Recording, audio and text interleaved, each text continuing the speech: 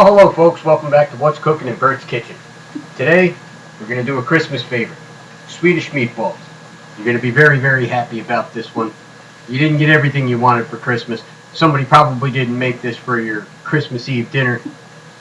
I'm going to show you how to make your own. You can have them every night of the year if you want. Every day can be Christmas. First thing we're going to need is a frying pan like this, 2 tablespoons of butter, get it in there, get it melted. Next thing we'll need is an onion. We're only going to use half of this.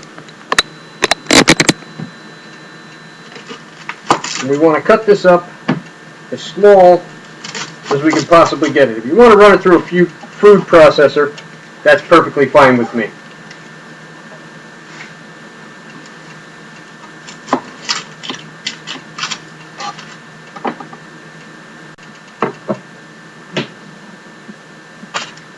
So we cut it in half.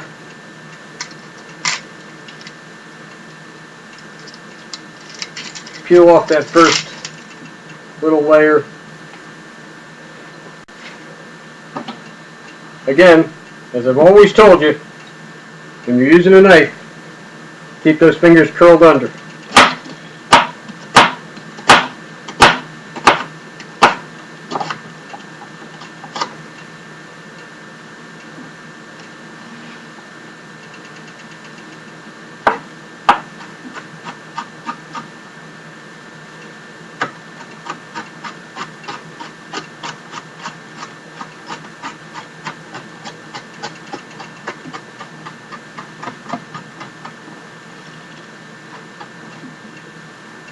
Now, if you're not overly skilled with a knife and you cut them in larger pieces, that's fine. I'm going to show you how to deal with that here in just a second.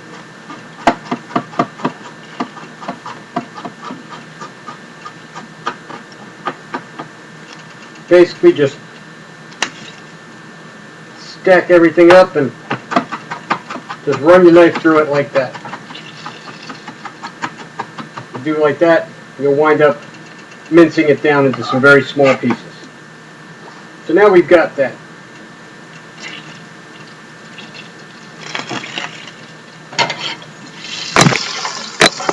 Our butter is melted.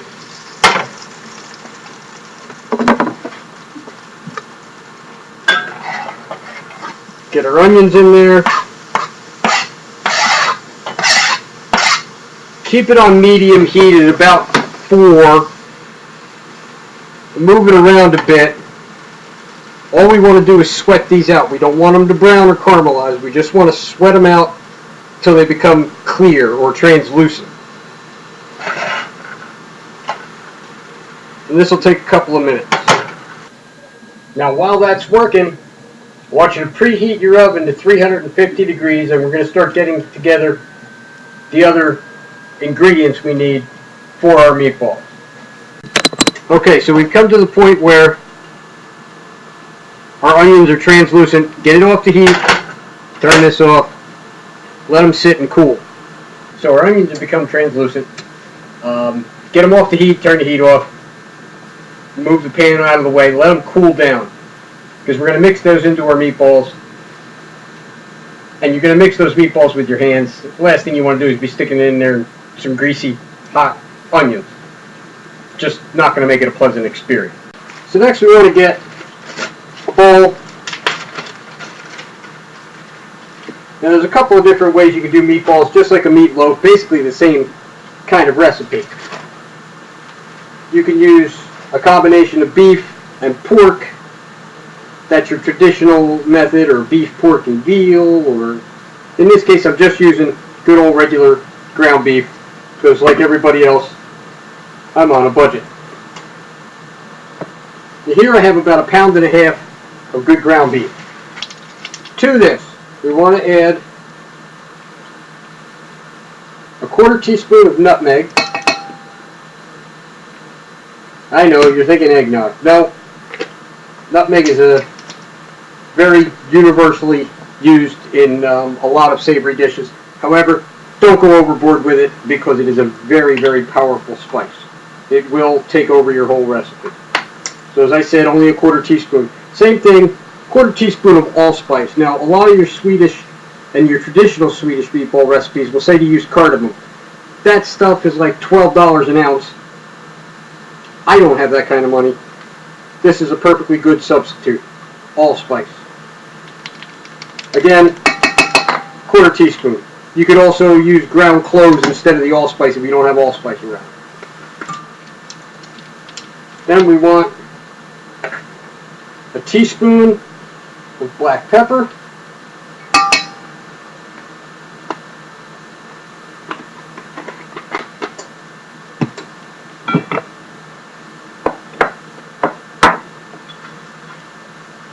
A teaspoon of salt.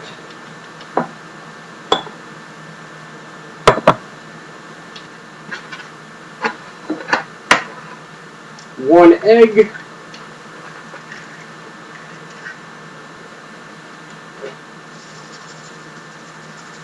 About a half a cup of breadcrumbs. Now your traditional recipes that you may look up or have seen in cookbooks will tell you to use a couple of slices of bread soaked in a little bit of milk. I like mine a little bit drier. In order to add the liquid to this, I already have one egg. I'm going to add a little bit of Worcestershire sauce. A couple good shots of Worcestershire sauce. Now we take our cooled onions,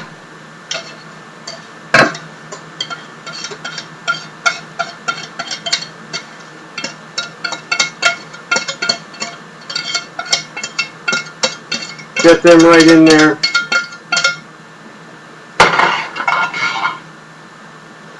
And we just mix by hand till it all comes together. This is not a pie crust. You can't overmix it. Make sure everything is well combined. This may take a couple of minutes. And there we have a nice solid, nicely spiced meatball mixture.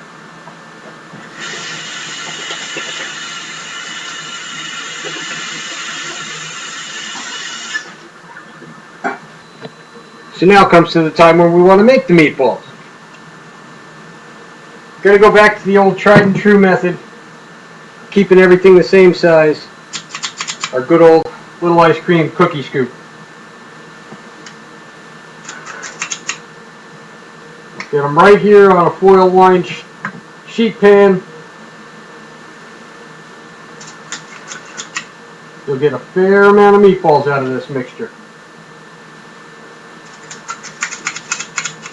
But after all the dishes called Swedish meatballs, we want that to be the star.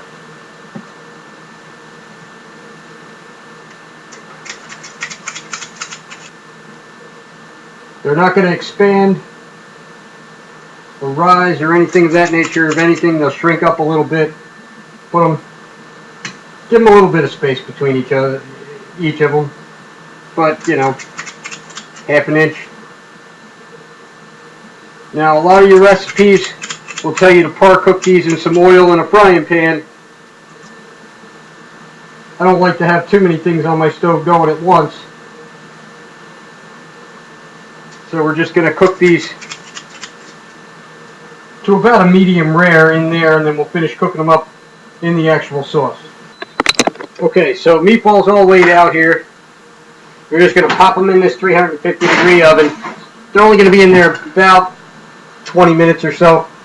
We don't want them to cook all the way through because they're going to finish cooking in our sauce. Here we have a pan. We're now going to make a roux to keep our sauce nice and thick. A roux is equal parts of fat and flour cooked together. It helps to thicken sauces and soups and things of that nature. The more roux, obviously, the thicker it's going to get. So for this, we're going to need 6 tablespoons of butter, which I'm using as my fat. You could use olive oil, you could use regular vegetable oil, whatever, but 6 tablespoons. Then we're going to use 6 tablespoons also of flour.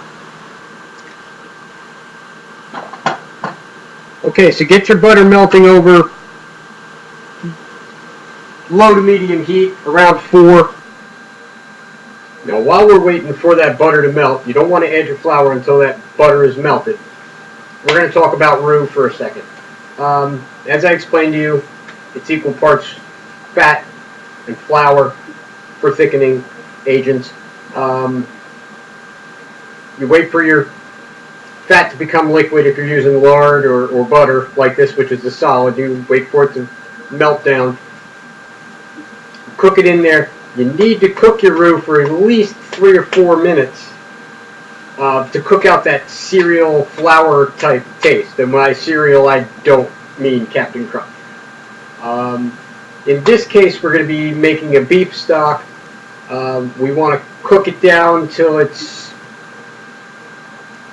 a little darker than, say, tan, like coffee with just a little bit of cream in it.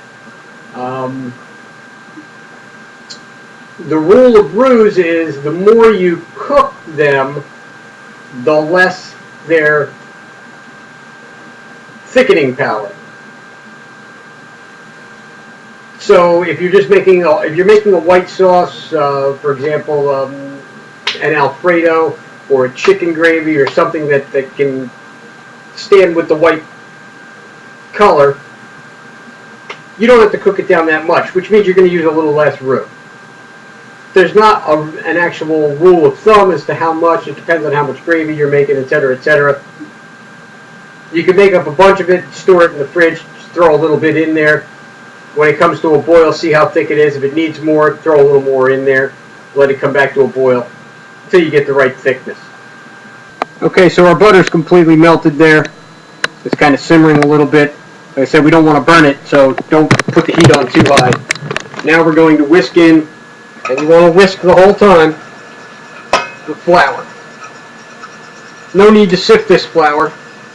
It's all going to mix and become a paste. A lot like that stuff I used to eat in kindergarten. Please don't tell my mother about that.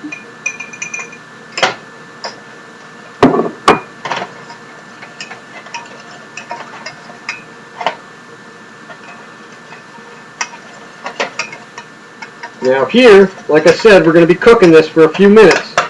The important thing is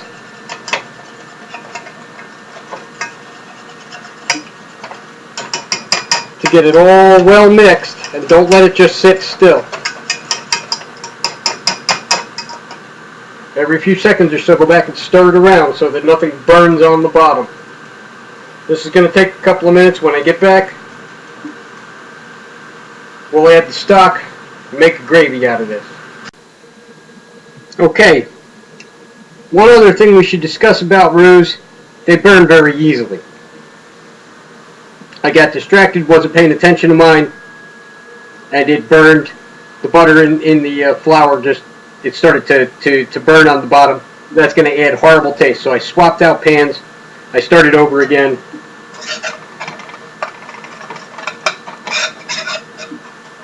This one is almost there. Much like a risotto, this requires you to pay a bit of attention. Keep it moving.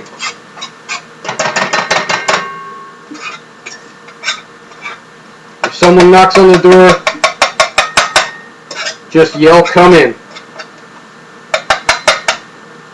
I honestly believe it was a French cook who burned one too many roux down in Cajun country that developed the answering machine, so he didn't have to stop what he was doing to go over and answer the phone. Okay. So we're there. You can see this has gotten kind of tannish in color. Now we're going to deal with the stock.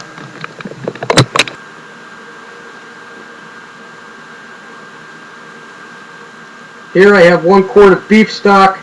You don't want to just pour it right in because you wind up with lumps. What you do, add a little bit and whisk it in. Yes, it's going to get thick and seize up. That's fine.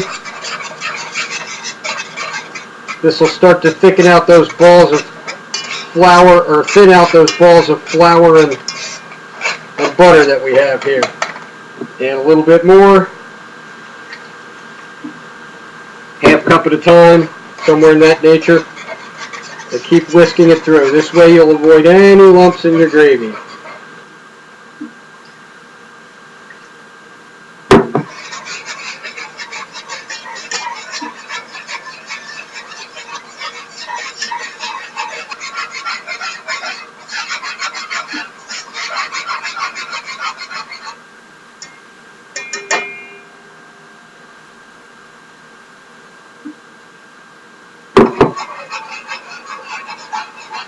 Now you'll never know how thick a roux is going to make your sauce until it comes to a full boil. Always remember that.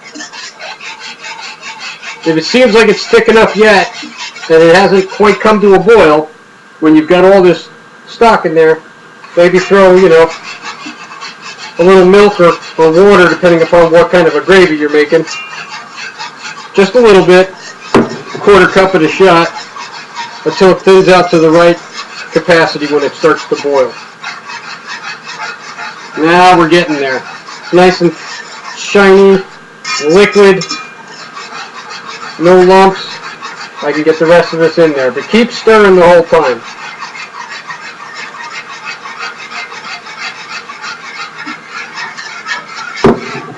Now that was 1 quart of beef stock, which you can buy it in the store in a 1 quart container, 32 ounces, 4 cups, whatever you want to call it.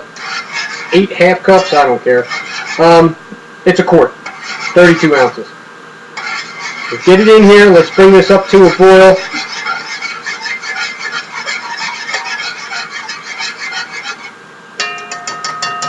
And let it thicken up a bit.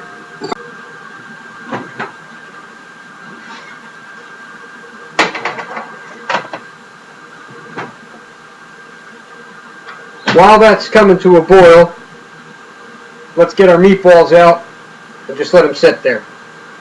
They're not quite fully cooked. If you were to cut one in half, you'd see in the middle, they're kind of like a rare, medium rare burger, quite pink inside. We want them to cook all the way through. They're going to finish cooking up in our gravy. They'll impart some of their flavor to the gravy, while in turn the gravy is going to impart some of its moisture and flavor into the meatball. Okay, so as we can see, it's come to a boil, started to thicken up a little bit.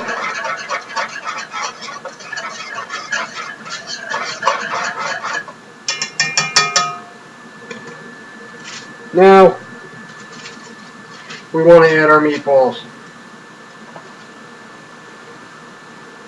Once you've got all your meatballs in there, we're going to turn it down to a simmer and let it go about 10 minutes. Just to finish cooking off those meatballs. Now the meatballs aren't really going to drop the temperature of your sauce so much and stop it from boiling, because they just came right out of the oven. They're still kind of warm. Yes, I know, I'm grabbing them with my bare hands, but trust me, I have Teflon fingers from years in the chefing business. Okay, so we get it down to about 2, and let it just bubble and simmer.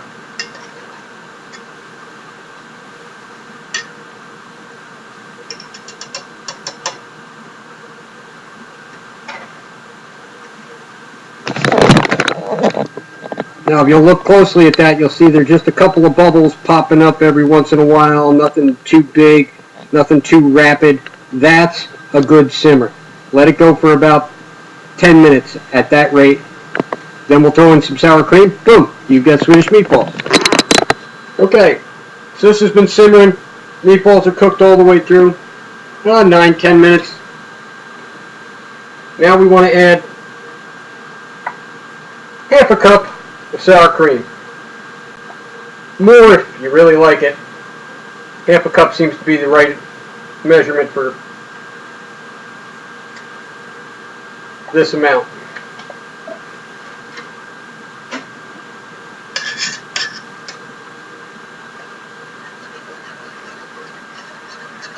Now you want to stir this rather vigorously to get any lumps of sour cream to melt down into this. this is the point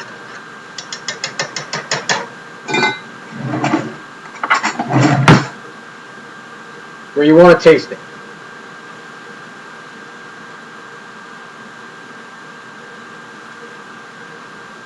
And use just a bit more black pepper.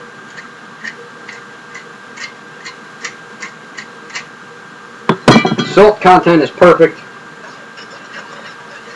It needs a little bit more black pepper. I like mine with just a little bit of bite.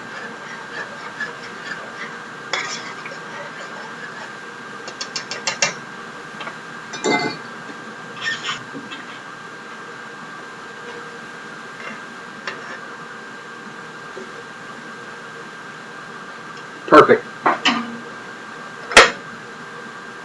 Crank that off. Put a lid on it. Serve it over some noodles, which is what I'm going to do. If you wanted to, you could stick it in a crock pot. If you made this earlier on in the day because you just got antsy, stick it in a crock pot, let it stay warm on low, and then, you know, cook your noodles when everybody else gets home from work or school for dinner. Okay, so now I've cooked off some noodles. You're asking yourself, why didn't I just do the pasta while I was doing this? There's two reasons. I don't like to have a whole lot of things going on in these videos all at the same time. It confuses people. I do enough of that at work. That's my job, is to multitask. Don't need it here. Second thing is, while that sauce and gravy were sitting, those flavors had time to marry together and intensify, and that's what we're looking for here in this dish. So, let's serve some of this up. Get out a nice plate.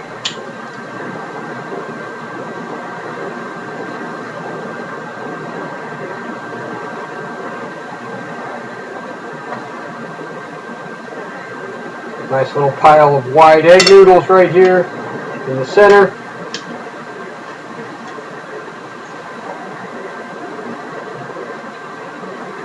I'll take this over to the dish so it's not to drip gravy all over the kitchen. Your standard Swedish recipe, they'll add lingonberry or red currant jam either into the gravy or serve it on the side. They tend to like a little sweetness more with their dishes. I'm not a big fan of that. All I do is I just sprinkle a little bit of parsley right on it. That's as close as to sweet as I'm going to get in this dish. There we have a beautiful plate of Swedish meatball. Taste here.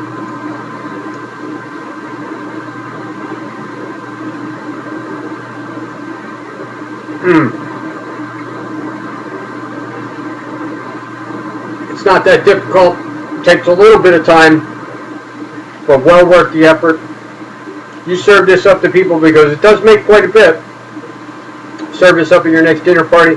Trust me, you'll be the rock star. Thank you for joining us tonight.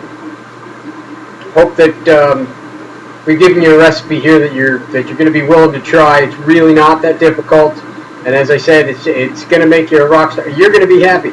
You may just pop in every one of the Harry Potter movies and watch them end on end while you eat the whole dish yourself. It's really that good.